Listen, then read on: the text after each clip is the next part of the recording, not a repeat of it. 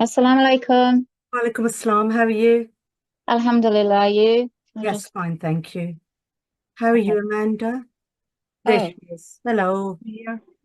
yeah, I've got Teresa with me as well, by the way. Oh, lovely. Assalamu alaikum, Assalamu Teresa. alaikum.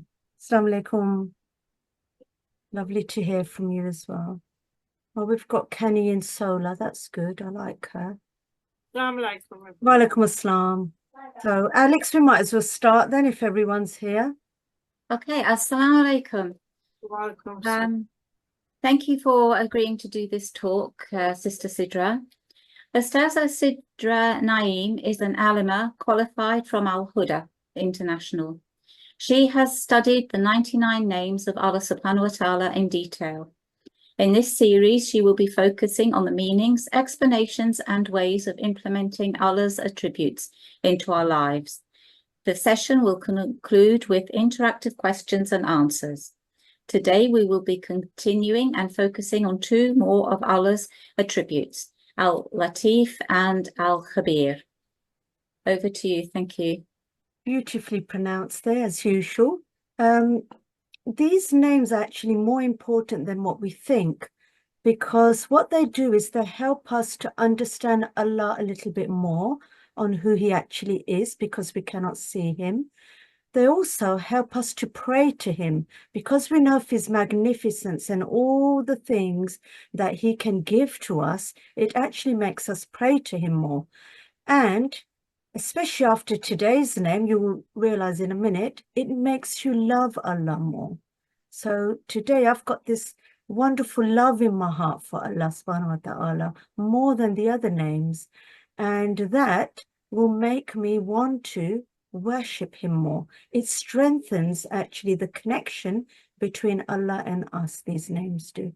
And this is why they say that if you learn the 99 names off by heart with their meanings, you go to Jannah.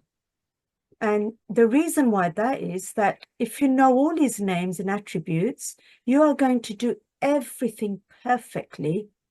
And in a way, you'll be like a shadow of Allah. We cannot reach that level, but we can definitely implement those attributes into our own lives, and we will become perfect people, and then we will enter Jannah. This is what they mean by learn the 99 names and then go to Jannah. So very, very beautiful, these lectures, and very, very important.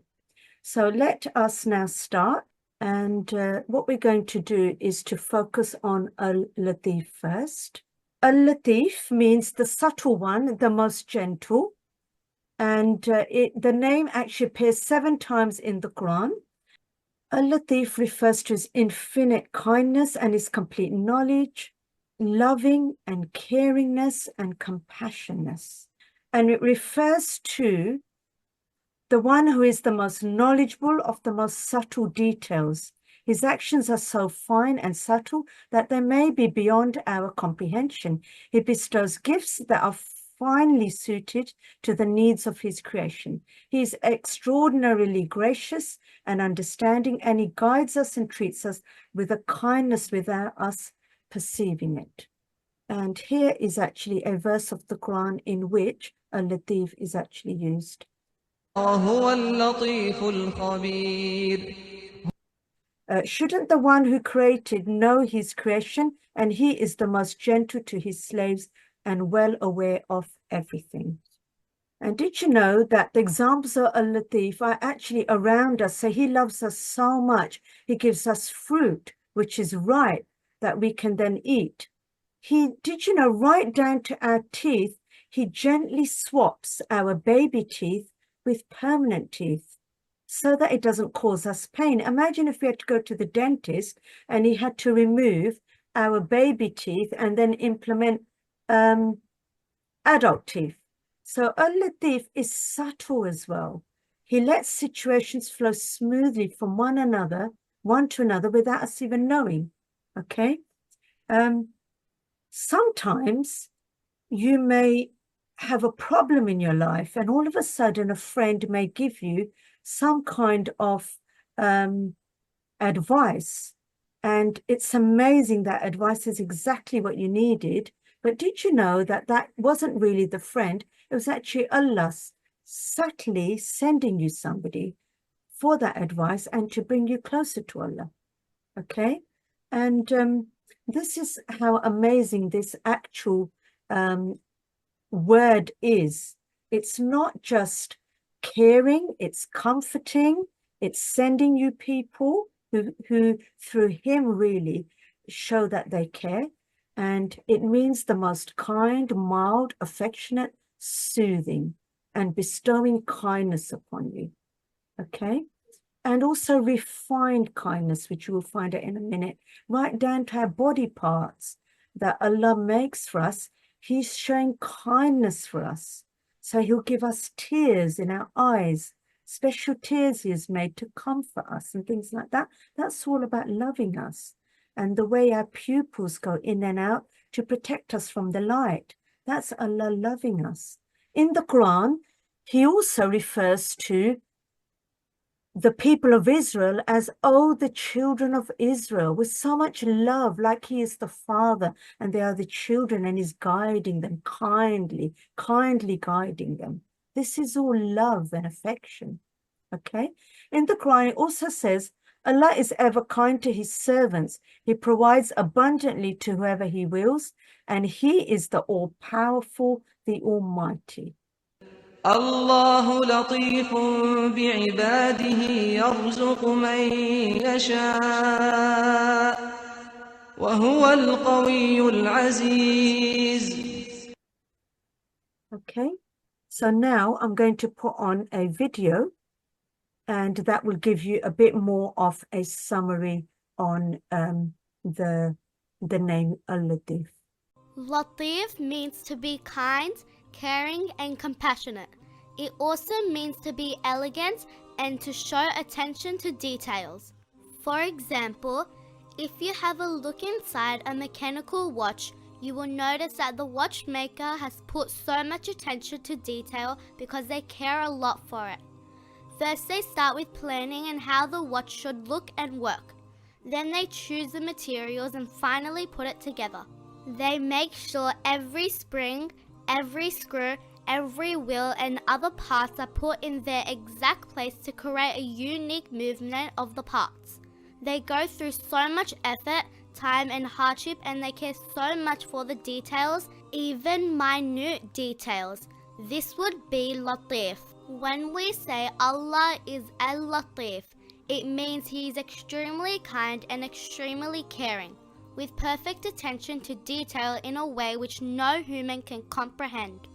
For example, if you look at the eye under a microscope, you will see the perfect detailed attention which has been extremely cared for in a way that is difficult to analyze completely. The eye has its own special bathing system. It's called tears. In the corner of each eye are the tear glands, which make tears.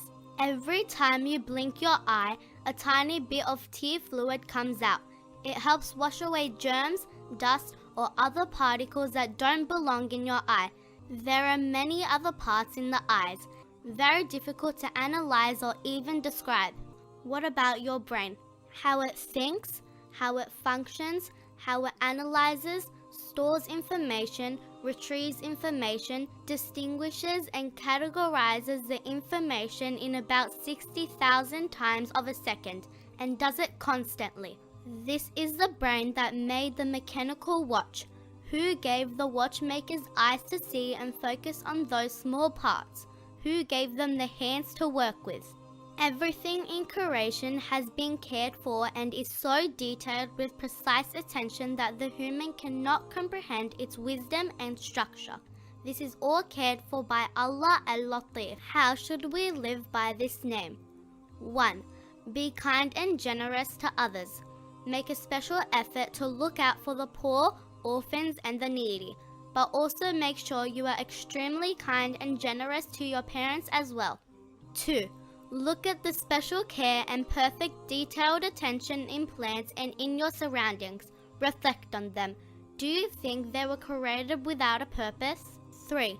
Thank Allah. Thank Him because you can see. Thank Him because you can hear. Thank Him because He gave you a brain to think. Thank Him by obeying Him. 4. Allah has given you a body and a soul with so much detail, so take good care of them. Take care of your eyes by not watching wrong things. Take care of your ears by not listening to wrong things. Take care of your brain and use it to gain fruitful knowledge. Okay, so that is a little bit of a summary of the name Al-Lateef. Now, apart from those ways of implementing that name into our lives, does anybody have any more that we can add on to that list? I've always wonder in amazement how the body parts all synchronize with each other without any intervention. You Yes. eat, your food digests, and then your body distributes it to all parts of your body and nourishes it. Yes. And And how that's that's in synchrony, it's amazing. It is. And that's how you know there is actually an Allah up there, because no human can make that machine themselves. No. So this is because Allah loves us, you see. This is why he's made all these things for us, the fact that we can even digest food. You just have to ask somebody who's ill and one of their bodily functions shuts down, just to know how much really we should appreciate these things. Yeah. Okay. And so one of those things, Fasila, is to look after our body, okay, that Allah has given us. We need to look after it. So that's one of the things that we can do. Anything else, anybody? Well, appreciate the world around us. Good. Not a That's a garden. really good one. We need to appreciate the world around us that Allah has made with so much care. And like our bodies, the world is also in equilibrium with one another as well. You know, the oxygen and the carbon dioxide and the water, not to waste the water and things like that. That's a very good one, that one. We need to be kind to old people. It says that in the Quran, to be kind to the elderly. What kind of elderly in particular has Allah told us to be kind to? Our parents. Parents, good. So we need to be good to our parents. If either or both of them reach old age, then say not to them off, nor scold them, and speak to them generous in kind words. Okay? Okay, so we need to be kind to the elderly and to our parents. Is there any other way we can show love to somebody else? What if somebody is not well? Yeah, by visiting the sick, whether it's Visiting the hospital sick. or home. Yeah, so visit the sick, it's sunnah, okay? And there are great blessings, did you know, for visiting the sick. If you visit the sick, 70,000 angels send blessings upon you until the morning. And he will have a garden in paradise. It's actually sunnah to visit the sick, okay?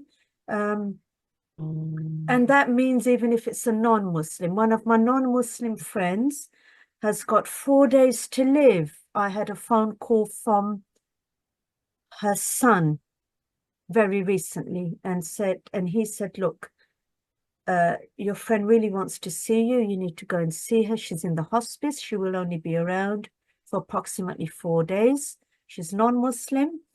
I'm very, very busy. I have got a deputy lieutenant duty tomorrow. I will be in my uniform. But you know what? It doesn't matter. I'm still going to go and see her in the hospice, no matter how I'm dressed. I don't really care what people think. So that's an example. Okay. The other one, the other way you can be kind to people. Are there any other ways you can be really kind to people? Is somebody struggling to help them out?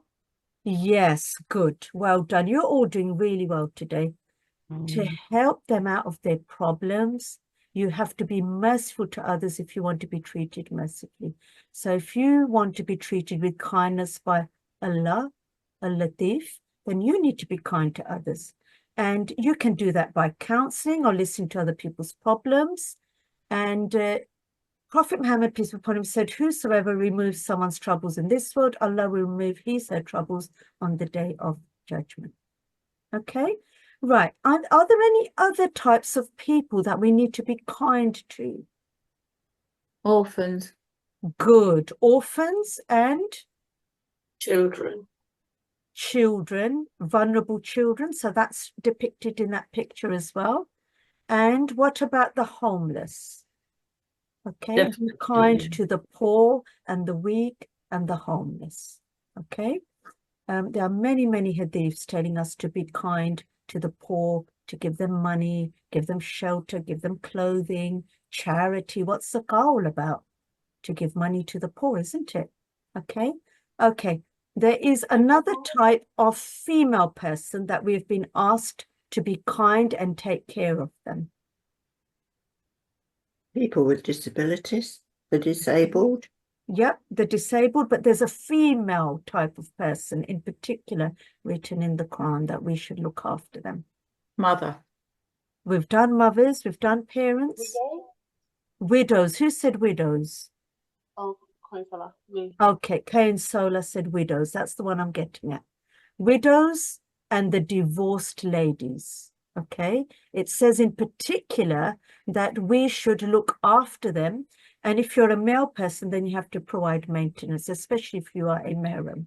Okay, and then the next one Fasila already mentioned is to look after your body, which Allah has actually made with great care for you, in great synchrony. We have to look after it. And there are many, many hadiths telling us, for example, we're not allowed to kill ourselves. We know that already. We are not allowed to expose ourselves to ruin. We are not allowed to inflict harm on ourselves. And we're not allowed to humiliate our bodies, expose it to risks, for example, drugs and all that kind of stuff. Okay, and Prophet Muhammad, peace be upon him, he even told us to be kind to animals. Everybody knows the story of the hungry dog, and you know, the old man, he fed the dog some water, and Allah then said that that man will go to paradise just because of that lovely good deed that he did. Okay, and also somebody did mention, I think, I can't remember who it was, but somebody mentioned that we should look after the world and creation and everything in it, because it is Allah who created that world for us with great love, and we are actually ambassadors of that earth. Did you know? We are made ambassadors of that earth. We have inherited that earth, and it is up to us to look after it. And water is one of the things that is specifically mentioned in the Quran that we must not waste. Okay, so look after water by not wasting it.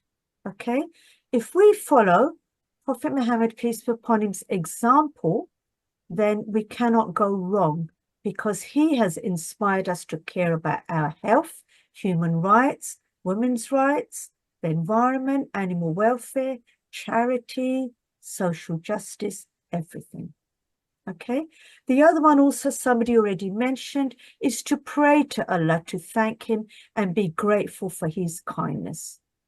We should always also ask for Allah to put kindness in our hearts so that we can recognize who to be kind to as well, which actually brings us on to the next name in a minute. Okay, the other very important one, which is something I'm doing, is I'm being kind to reverts. By doing this lecture only for a few sisters, I'm going out of my way, out of my busy life, to be kind to reverts. And that brings me to this slide, which is to do with dawah. It says, and who is better in speech than one who invites to Allah and does righteous and says, indeed, I am one of the Muslims. And Prophet Muhammad, peace be upon him, said, invite people to Islam in a nice, kind manner, in a nice, kind voice, in a nice, gentle ways. That's the way we should do it, in a loving way. Like you're treating children and explaining things to children. None of this, oh, you know, you will go to hellfire if you don't do this, and you will do this, and this will happen. A little bit like the imams do sometimes in the mosques. It makes my ears screech. So our actions should be kind as well as our behavior as well. Okay, right, let's move on to the next name. The next name is actually linked with this name, and it's called Al-Khabeer, the acquainted, the all-aware. He is aware of everything. Okay, Al-Khabeer is the one who is acquainted with everything, inner and outer. He is the one who has perfect knowledge and understanding of the real condition, internal qualities and meanings of all that is created. And the ayah there is, and he is the subjugator over his servants, and he is the wise, the acquainted with all. وهو القاهر فوق عباده وهو الحكيم الخبير. So he is the one who knows the true reality of all that is created. And this is why, how he then cares for people. This is how the two names are linked. And in the previous ayah, you actually saw in the same ayah where it was mentioned Al-LATEEF, it mentioned Al-Khabeer as well. He is the most kind and he is most aware. Okay, so Al-Khabeer is aware of, knows about and has understanding of all inner states, internal qualities, the meaning of all things, and the root of it means to be aware and to understand the reality or inner nature of something. The second meaning is to test and prove and try by experience, which results in inner knowledge. If we are not aware, we won't know the knowledge. Okay, if we are not aware of, for example, the day of judgment or Dajjal or what is going on in Palestine, how will we then be able to deal with things? And sometimes, did you know that the inner knowledge can only come from learning about Islam? Because that knowledge is not there in other religions. Our religion is the final religion, Islam, which actually completes the religion. So in our books, there are so many things which are not in the other books. So we have got the complete jigsaw puzzle to complete the whole picture. And if we are aware of all those things, it makes our life easier and makes us more acquainted and more religious as well. Okay? There are some things which only Allah knows. For example, the time of our death. Only He knows the time and the angel of death will come. Any knowledge that we may need to gain from a lecture, only He knows whether we will get that knowledge or not. Only He can open up our hearts and minds to understand Islam as well. Okay? Jinns, only Allah can see them, unless, or angels, unless Allah wants us to see them. There is a curtain in front of our eyes. We are not all aware of all the other supernatural beings which are out there, for example. So let us look at this ayah in the Quran.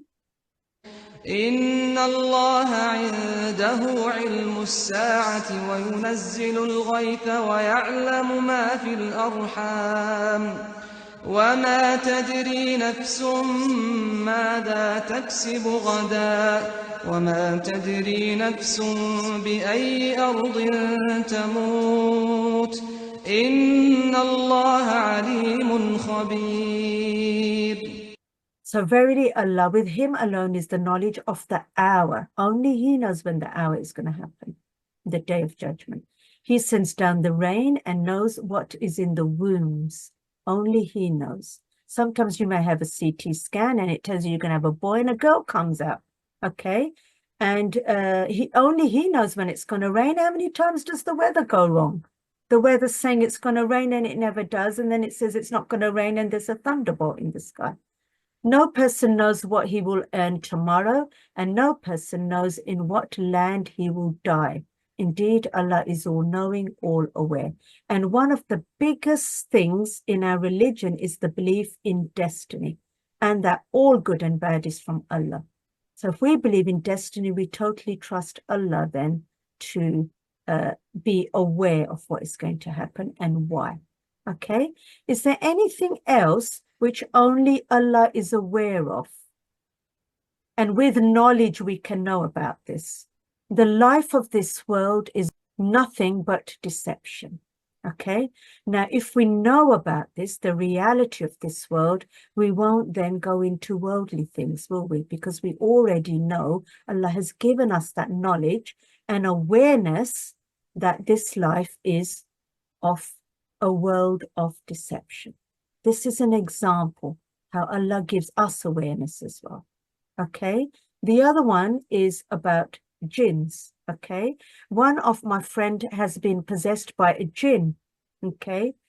And not a single medication is working on her. Not a single one. They've upped the dose to the full dose and it's not working. So she got in touch with me recently. I've got the knowledge. I said, you know what? It means you've got a jinn, because she can actually hear the whisperings. She went to do the ruqya and now she's feeling a bit better. But if I didn't have that knowledge, how would I have guided her? Okay. What other things to come has Allah given us the full knowledge of in Islam? He has made us aware of it, so we know when it's going to happen. The Day of Judgment. Good. The Day of Judgment. Anything else that happens before then? Our death. Okay. What's linked with the jinn? Dajjal. Dajjal, yeah. Okay. So he has already told us Dajjal is going to appear near the end of the world. We already know he's going to rise up, and we already know he's going to give us tell us to do bad deeds, and we mustn't follow him. So we have already got that awareness through our religion so that we know not to go after him. Okay. Other things that only Allah knows about is about the Day of Judgment. Closer and closer to mankind comes their reckoning, yet they do not. They heed not and they turn away. So we do not know this. This is an example of Allah being all aware. Okay, and he is the knower of the unseen and the witnessed, and he is the wise, the acquainted. That's in Quran 673. These are all the different ayahs in which it's mentioned he's all aware. Vision perceives him not, but he perceives all vision, and he is the subtle, the acquainted.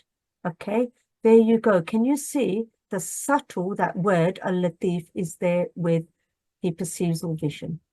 All praise is due to Allah, to whom belongs whatever is in the heavens and whatever is in the earth, and to him belongs all praise in the hereafter, and he is the wise, the acquainted.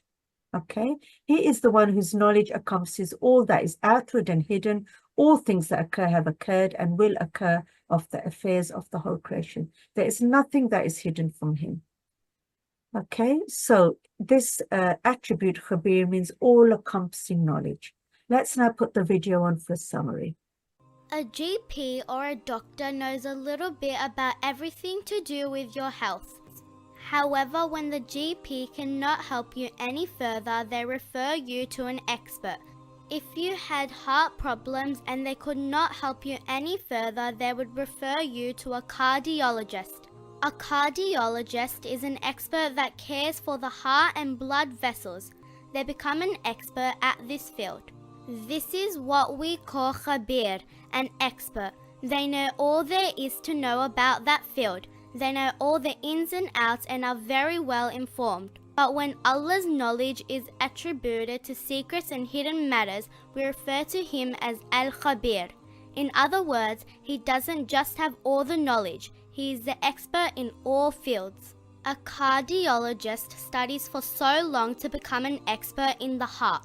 Allah is the one that created the heart and is the real expert, and no cardiologist will ever know its real secrets and hidden matters. People may see that our prayer is perfect outwardly, but they don't know where our mind was and what we were thinking of. Al-Khabeer perfectly knows all your hidden secrets and is completely aware of what you are thinking of. People don't understand the pain you are going through, but Allah is completely aware of what pain you have. No atom moves and no leaf falls, except that Allah Al-Khabeer is very well aware of it. How should we live by this name? 1. Become an expert in good deeds.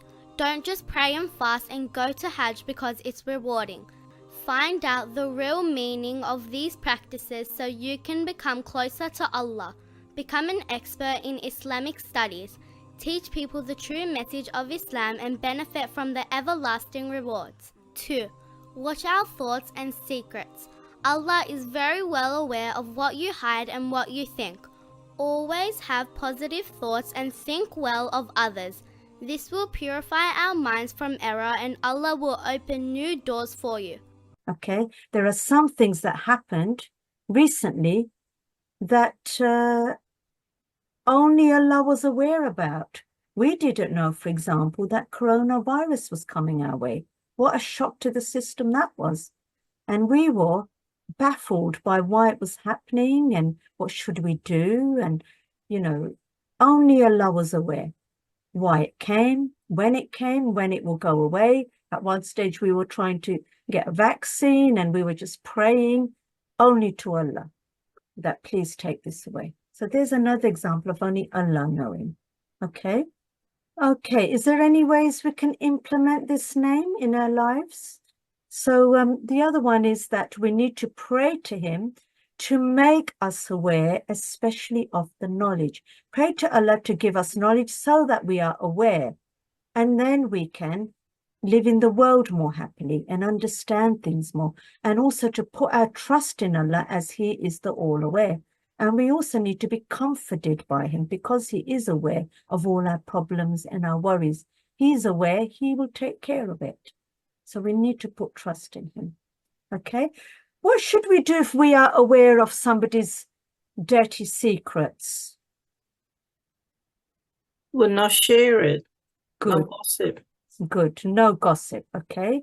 So we know that if we are aware of somebody's bad things or anything they may have told us in confidence, we are not then allowed to repeat that in a gathering or to anybody else. It is with complete confidence that they told us about this. So this is a very important one. And it does tell you in Hadith that whoever covers the sin of a Muslim, Allah will cover their sins on the day of judgment. That includes any secrets that they may have told you. It is our imana. We have got that knowledge of that person, but we're not allowed to tell anybody else. It is up to that person to tell whoever they would like to. Okay? This is my YouTube channel on which all Allah's names are all on there under the playlist called Allah. And you can find all the previous ones. They all link with one another. So I would recommend, if you've missed any, to go on there and have a look at them. Okay? Right. Now we're going to have questions and answers. Let's start off with the name, these two names first. Any comments or questions? No, you've explained it really well. Thank you. Jazakallah khair. Okay, Alex, did you want to finish off then in that case? I hope you haven't put you all to sleep. No, Jazakallah khair. That was a absolutely fantastic lecture yet again. We've learned so much. May Allah reward you. Ameen. Thank you. Ameen. Jazakallah khair. Thank you very much. Okay then. Assalamu alaikum. Finding out how to leave. All right then. Okay All then. right. Okay then. Jazakallah khair. Thank you. Allah Hafiz.